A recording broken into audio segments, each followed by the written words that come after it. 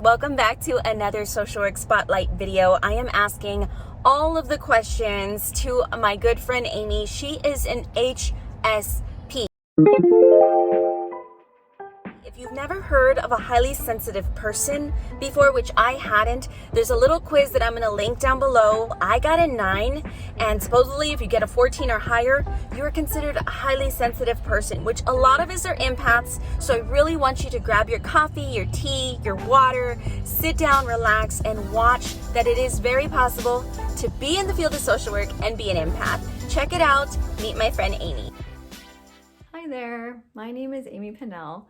I'm a registered social worker in Victoria, British Columbia, the traditional territory of the Lekwungen speaking peoples. I actually did my undergraduate degree in international development studies at Dalhousie University in Nova Scotia, where I'm originally from.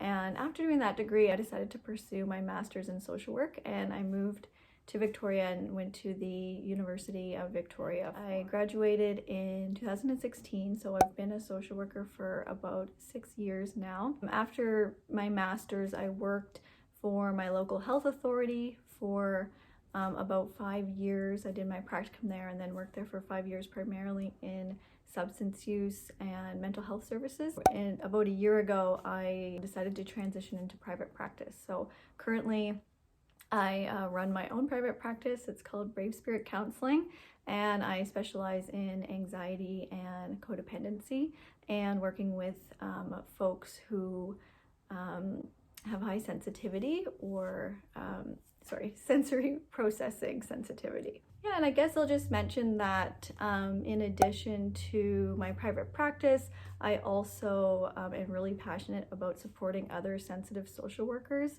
So yeah, as a highly sensitive person, I've faced different challenges in the field of social work than someone who's not highly sensitive. So basically what that means is that highly sensitive people, they pick up a lot more in their environment, they feel things and process things super deeply, which means they're more likely to become overstimulated. So we generally, function well when things are a bit slower paced, when we have time to process, and the field of social work doesn't always offer us that. So yeah, I'm really passionate about helping other highly sensitive folks in the field of social work learn how to thrive, because I think we are needed in the field. We have a lot to benefit the field. So if you want to learn more about me or about that, you can follow me at Sensitive Social Worker on Instagram. And on Facebook, and my website's www.sensitivesocialworker.com. So the craziest thing that's happened to me, it's interesting that I find that question so interesting, because I think sometimes as a social worker, things start to get normalized. They might not seem as crazy to us as they would to other people. But I would say working in the outpatient addiction outpatient clinic, and we often had people just kind of drop in, people who weren't clients of ours. We were right downtown, so people would kind of come in, and then we'd often have people hold up in the washroom or kind of nodding off in the lobby.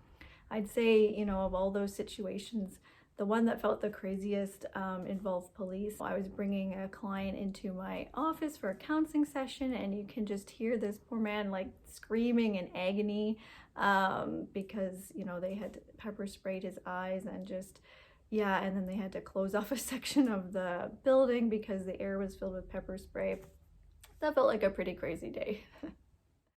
Self-care is very important to me as a highly sensitive person. I find that I need a bit more than non-sensitive social workers. So a few things that are really, really important to me are getting out into nature, either by the ocean or in the forest. That just, if I haven't done that in a while, I can really tell, and I just feel so rejuvenated after spending some time in nature. I also have a yoga practice. Generally, what I try to commit to is around 20 minutes a day. Also, oh yes, I paint. That's one of my big ones as well. I really enjoy using watercolor paints, and sometimes I have a project that I'm working on, but also just mindful painting, just painting for the sake of painting, playing with colors and just brush strokes and things like that. I find that really, really soothing, really rejuvenating, and kind of helps me recover from a hard week. I was kind of like the go-to person for my clients. So I had one client who was in a supportive recovery home and, was doing well in the sense that they were following all the rules. They were staying sober, they were doing their programming, going to groups. Like I could see them like overall doing fairly well, but you know, they were quite depressed because of a whole bunch of situational things that had happened, very much understandably so. They lost someone very important to them. And yeah, there came kind of out of the blue this pressure to discharge this person. And I think because this person presented as so functional, they were like, oh, shit, you know, they'll be fine. So, you know, move them on so we can have this bed. But what I was seeing was that they were very vulnerable and very high risk, like when you actually sat down and connected with them. So I wrote a lot of emails. I attended a lot of meetings. I talked to a lot of people on the phone. Because yeah, like I was very concerned about this client, and it was tough because she knew this was happening, and they you know, I think they broke down crying, you know, a few times during that process, but it was definitely a success. They were able to stay at the time that they needed, and then we were able to get them into a program that, you know, they actually wanted to move on to, not one that they were being forced into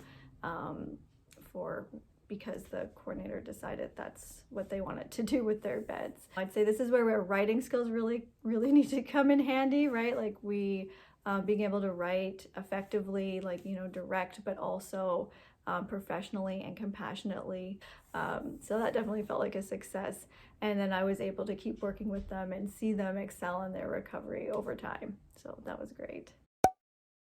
There's quite a few, but one of my favorites is grounding. So I love offering opportunities to ground in session, and I love offering like tools that they can take away and practice on their own. So yeah, anything that basically soothes their nervous system, helps them be able to regulate themselves. And part of that, like, you know, there's lots of different grounding tools that I explore and offer and we experiment with, and sometimes there's this creative process where they make it their own, and that's always really lovely. What I love about social work is that there is this, you know, we really look at those things. We look at injustice. We're incorporating those things into how we work with people. We're not just seeing the individual all on their own in a vacuum. We look at both the micro and the macro. I think a lot of highly sensitive people feel this way, like we have this sense of empathy and just wanting to have a career that's purposeful. So that was always really important to me, was to have meaning in my work, to feel like, you know, I was contributing and doing something that aligned with my values and made the world a better place. And yeah, when I was doing international development studies, it just felt so colonial to go to these other countries and tell them how to do things. So I decided to come to stick local and to see what I could do to help my community. And yeah, and you know, and then of course I had to do a lot of unlearning. You know, for the longest time, I was like, what would I be? Like, I think I've been a helper and some kind of helping for as long as I can remember.